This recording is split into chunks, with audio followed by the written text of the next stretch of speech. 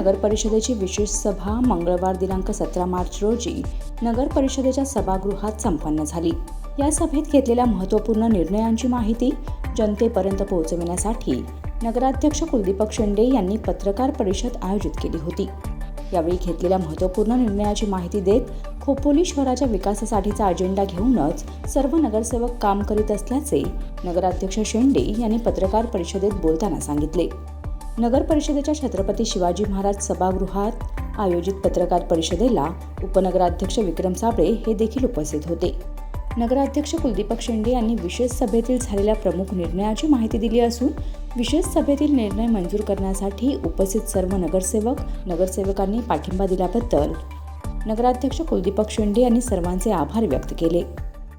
काल आमची 17 मार्चला विशेष सभा झाली नगरपालिकेची। त्या विशेष सभेमध्ये आम्ही सर्वात पहिल्यांदा विषय जो काही घेतलेला होता तो दिव्यांग बांधवांना आत्तापर्यंत 750 रुपयाची पेन्शन योजना चालू होती नगर परिषदेकडून। ती गेले 5 वर्षापर्यंत काहीच नव्हती। त्यानंतर या 5 ते 6 वर्षात कुठल्याही प्रकारची वाढ माझ्या बांधवांना झाली नव्हती। आमच्या सर्व जे काही सदस्य आहेत सन्मान्य सदस्य त्यांच्यासमोर हा ठराव ठेवण्यात आला, तेव्हा सर्वांनी एकमताने 500 रुपयाला त्याची प्रति माहाला मंजुरी दिलेली आहे। त्याच्यानंतर आपण आपल्या जे काही मालमत्ता दाखवत आहे, घरपट्टी आहे, त्यात शास्तीकर हा लागत होता, तर त्या शास्तीकरामध्ये खूप मोठ्या प्रमाणात लागत होता, तर त्यासाठी आपण त्यांना 50% सुद्धा सूट दिलेली आहे। आणि काहींना त्याच्यापेक्षा जास्त सूट 161 जे काही आमच्याकडं अर्ज आले होते त्याची आम्ही मंजुरीसाठी कलेक्टर ऑफिस आणि शासनाकडे पाठवलेलं आहे।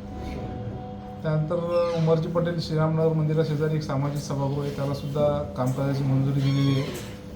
गगनगिरी आश्रमासमोर आता सध्या खूप मोठ्या प्रमाणात भाविक भक्त येत असतात, त्यासाठी सुद्धा त्यासमोरचा रस्ता आम्ही हा 18 मीटरचा करवण्याचा ठरवलेला आहे, की जेणेकरून तिथली जी काय ट्रॅफिकची व्यवस्था आहे आणि तिथल्या नागरिकांचा जो काय प्रश्न आहे, रोजगाराचा प्रश्न सुटावा, त्यासाठी हा महत्त्वपूर्ण आम्ही निर्णय घेतलेला आहे।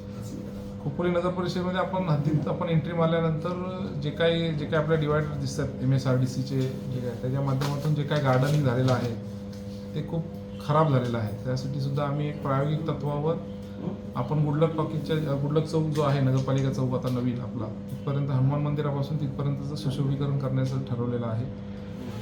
त्याच पद्धतीमध्ये CSR फंड जे एक जयपूरवाली कंपनी आहे, त्यातून CSR फंड ते प्रत्येक आपली जी काही शाळा आहेत त्याच्यावरती सोलर पॅनल फ्रीमध्ये देणार आहेत आणि त्यामधून नगरपालिकेच्या माध्यमातून जे काय लाईट बिल आम्हाला त्याचा भुर्दंड बसतो, तर त्याच्याऐवजी आपण तिथं CSR फंडातून तिथं सोलर दिवे लावण्याचं सोलर पूर्णपणे हे करण्याचं ठरवलेलं आहे।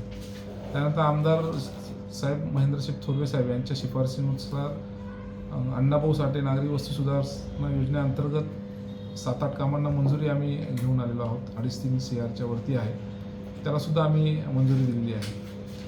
त्यानंतर आमच्या सन्माननीय सदस्य राहुल गायकवाड असतील आणि बाकी सदस्यांनी आपली मागणी केलेली होती की जे काही नळ जोडणी नगरपालिकेचंच काम चालू असताना काही नळ जोडण्या तुटल्या जातात, परंतु याच्या आधी असं होतं की त्या नागरिकांना त्याचे पैसे भरावे लागत होते टॅपिंगचे त्यातले सर्व। तर नगरपालिकेच्या दृष्टीने जर कुठलं काम चालू असताना जर कुठल्या नागरिकांचं जर टॅपिंग तुटली, नळ कनेक्शन तुटलं, तर त्याचा याच्यापुढं खर्च सर्व ही नगरपालिकाच करणार। मग टॅपिंगची जी काही फी असते 1,500, 2,000, 1,200 किंवा त्याला येणारा खर्च तो त्या नगरपालिका करेल। जर ठेकेदार ते काम करत असेल तर ठेकेदाराच्या बिलातून ते जे काही खर्च आलेला असेल तो त्याच्या खर्चातून वसूल केला जाईल बिलामधून। अजून बऱ्याच प्रकारचे मागच्या ह्याच्यात सुद्धा मीटिंग झालेले आहेत, खूप मोठे चांगल्या प्रकारचं आम्ही आता खोपोलीचा विकासाचा दृष्टिकोन समोर ठेवून निर्णय घेत आहे। अतिक्रमणाबाबतीत एक जप्ती पथक आमचं अवेलेबल आम्ही ठेवणार आहोत, की जेणेकरून अतिक्रमण वाढू नये आणि जिथे अतिक्रमण दिवसात ही गाडी फिरत राहील आणि जिथे अतिक्रमण वाढलेलं असेल तर त्या वस्तू जप्त केल्या जातील। अशा स्वरूपात भरपूर आम्ही आता निर्णय असती खोपोलीच्या विकासाच्या दृष्टिकोनातून घेत आहे।